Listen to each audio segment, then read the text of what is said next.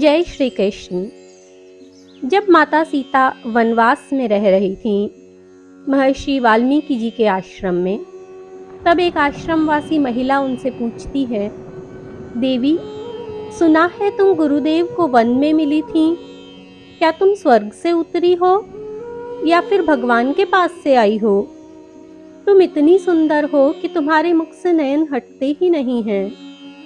माता सीता हल्की मुस्कुराहट के साथ कहती हैं, ऐसा कुछ नहीं है, मैं आप ही की तरह धरती की वासी हूँ। तो तुम्हारे माता पिता कौन हैं? धरती मेरी माता हैं और आकाश मेरे पिता। तुम्हारे विचार तो बहुत ही महान हैं, तुम स्वयं भी बहुत महान हो। अच्छा, तुम्हारे सुहाग चिन्ह बताते हैं कि तुम जोगन नहीं हो, सुहागन हो। तुम्हारे पति कौन हैं? माता सीता एक पल को मौन रह गईं और फिर बोली, गुरुदेव की अनुमति नहीं है मुझे यह सब बताने की।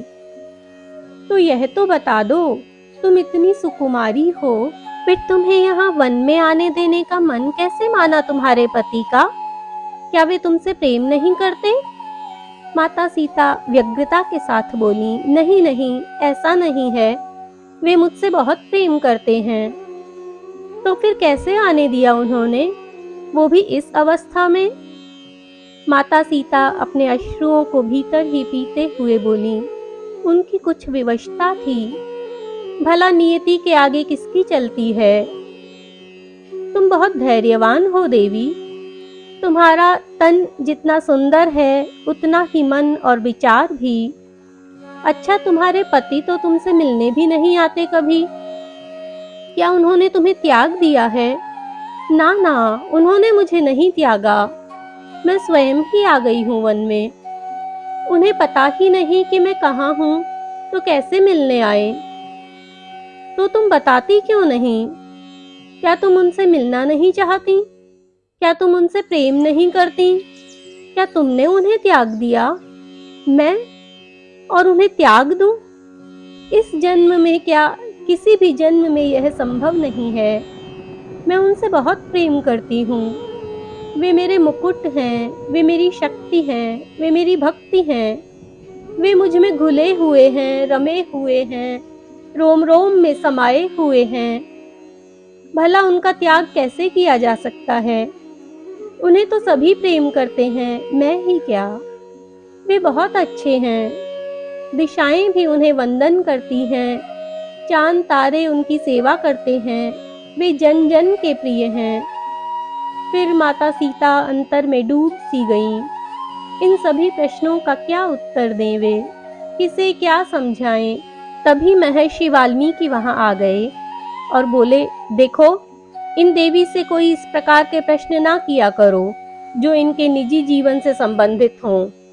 यहाँ आप सभी को भजन करना है प्रभु का। कोई अन्य भी यदि कुछ पूछे तो उसे मना करना, कहना कि मेरी अनुमति नहीं है। महिला हाथ जोड़कर बोलती है, जी गुरुदेव। फिर सीता जी रात्रि के समय नदी किनारे चली गईं, तो कुछ देर वहीं बैठ गईं। सूने आसमान की ओर देखने लगीं, चंद्रमा की ओर दृष्टि किए हैं और मन ही मन कह रही हैं, 14 वर्ष का वनवास इतना कठिन नहीं हुआ नाथ, जितना कि यहाँ के एक एक पल हो गए हैं। लंकावास भी इतना कष्टदायक नहीं था, क्योंकि उसमें आपके आने की आशा थी, किंतु यहाँ तो सारी आशाएं समाप्त हो गई हैं। ऐसा लगता है जैसे आसमान का सारा सूनापन मेरे भीतर समा गया है, जैसे धरती का सारा बोझ मेरे मन पर आ गया है, जैसे हवाओं का सारा वेग मेरे अंतर को झकझोर रहा है, जैसे सूर्य की सारी तपिश मुझे दग्ध कर रही है, जैसे चंद्रमा की शीतलता मुझे गला रही है। अब सीता में वो धैर्य नहीं रहा रघुवर। आप ही के साथ से, आप ही के दर्शन से मुझे बल मिला करता था, पर अब नहीं। घुटनों में सिर देकर रोते हुए बोली, पता नहीं आपको मेरी याद भी आती होगी या नहीं। तभी महल में श्री राम एकदम आह भर उठे। लक्ष्मण जी व्याकुल से होकर बोले, क्या हुआ भैया? और सब सही है लखन, लेकिन मैं सीता को भूल जाऊं यह संभव नहीं है। हाँ भैया, मैं जानता हूँ, आप सो जाइए। श्री राम उठते हुए बोले, नहीं लखन, तू जा, सो जा। आज रात चंद्रमा के साथ बातें करने को मन कर रहा है। बोलो रघुनंदन प्रिया माता सीता की जय। बोलो रघुपति सियावर राम की जय।